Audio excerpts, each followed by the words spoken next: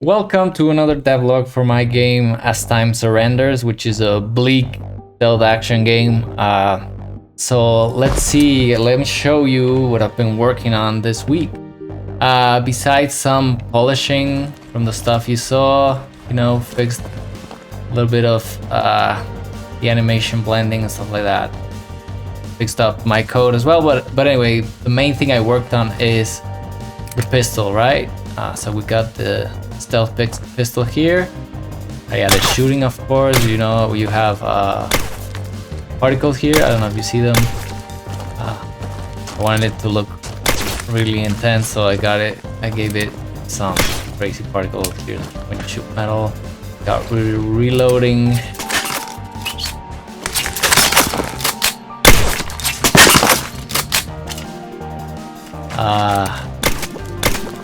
Shooting water, so different surfaces will have different effects. You can shoot while crouching, you can shoot while crawling, and one of the most requested, highly requested feature of rolling. You've seen it in Phantom Pain, you've seen it in Helldivers. So there it is. It's really fun to do and it's super useful. And so we've got that as well. What else can I show you? Yeah, this let me show you this pistol model, because there's some hidden stuff going on there. Where is it? Gear. Oh, pistol.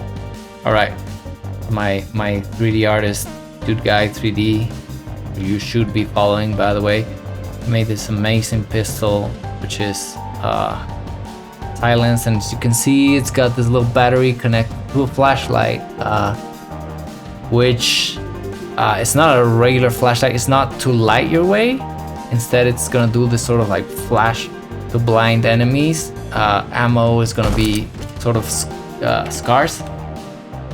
Not gonna be a lot of ammo in this game, so you have to be careful not to waste it. But if you do run out of ammo, you can use the sort of flash charge to blind enemies, so it also gives you an opportunity to like punch them or just escape and get away faster. And so that's what it's for. You're gonna have to pick up batteries to recharge it, so it's not unlimited either, but it's like one extra last resort thing you can do. I think someone asked if there's gonna be first-person aiming. There is not gonna be first-person aiming. I've made the gun pretty accurate though, so let me show you also. This is the accuracy of the pistol if you're not moving. If you do move though, random bullets there. If you do move, it's gonna start missing. But for what it is, which is headshots, silent headshots, pretty accurate, and so you shouldn't have an issue with it. I also wanted to show you. So you've seen the right.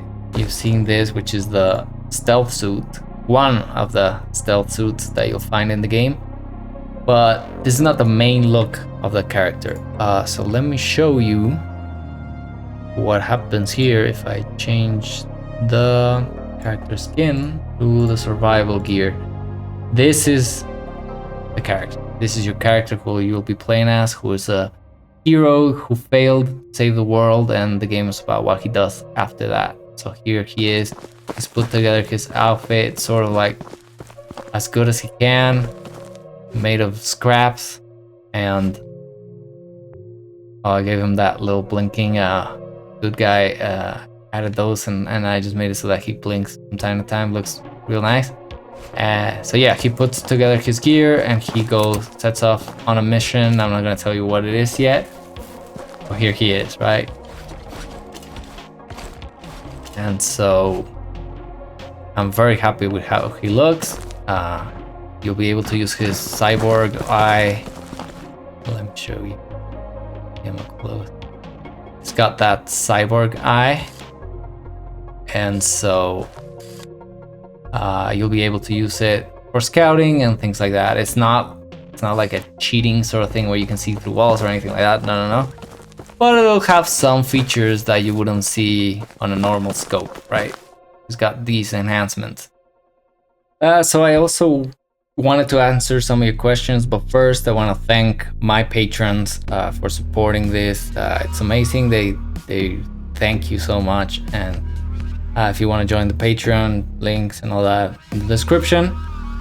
So let's get to your questions. Vapor, my friend Vapor, is asking about the battery on the gun. So I explained that in the video at this time.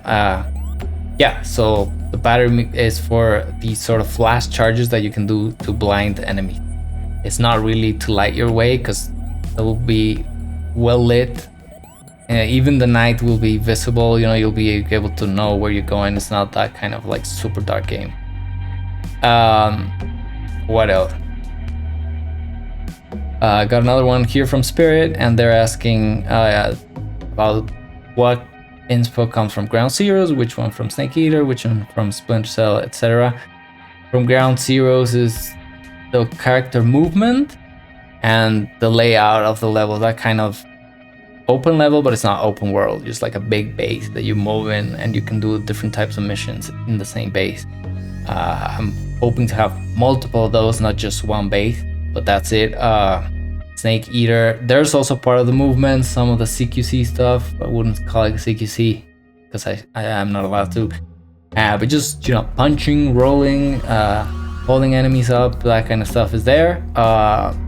Splinter Cell, there's mostly how the stealth system works, and there's some light and dark play, but it's just not as strong as in Splinter Cell, but it's got some of that. There's some interrogating, there's just some other stuff like that.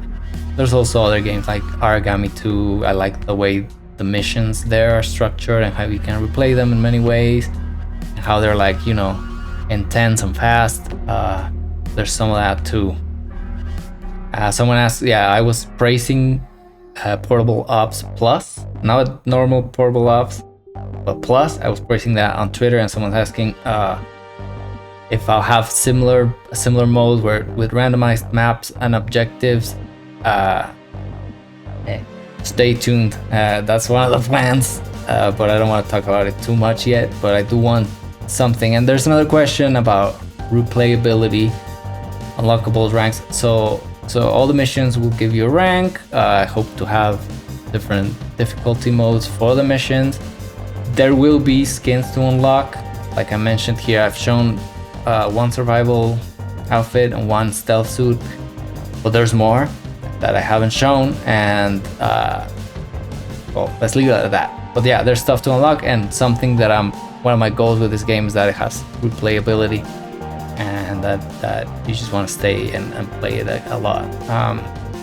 Someone's asking if I have a completed level. Not yet. I haven't started level design at all. I first want to have some of the player mechanics ready, and I also want to have some of the enemy AI, at least just the basic behaviors, patrolling, you know, some simple combat or something before I start making the level, because then I can play with the level and then change things in the player and then change things in the guards and just play around those three until I find like the best combination.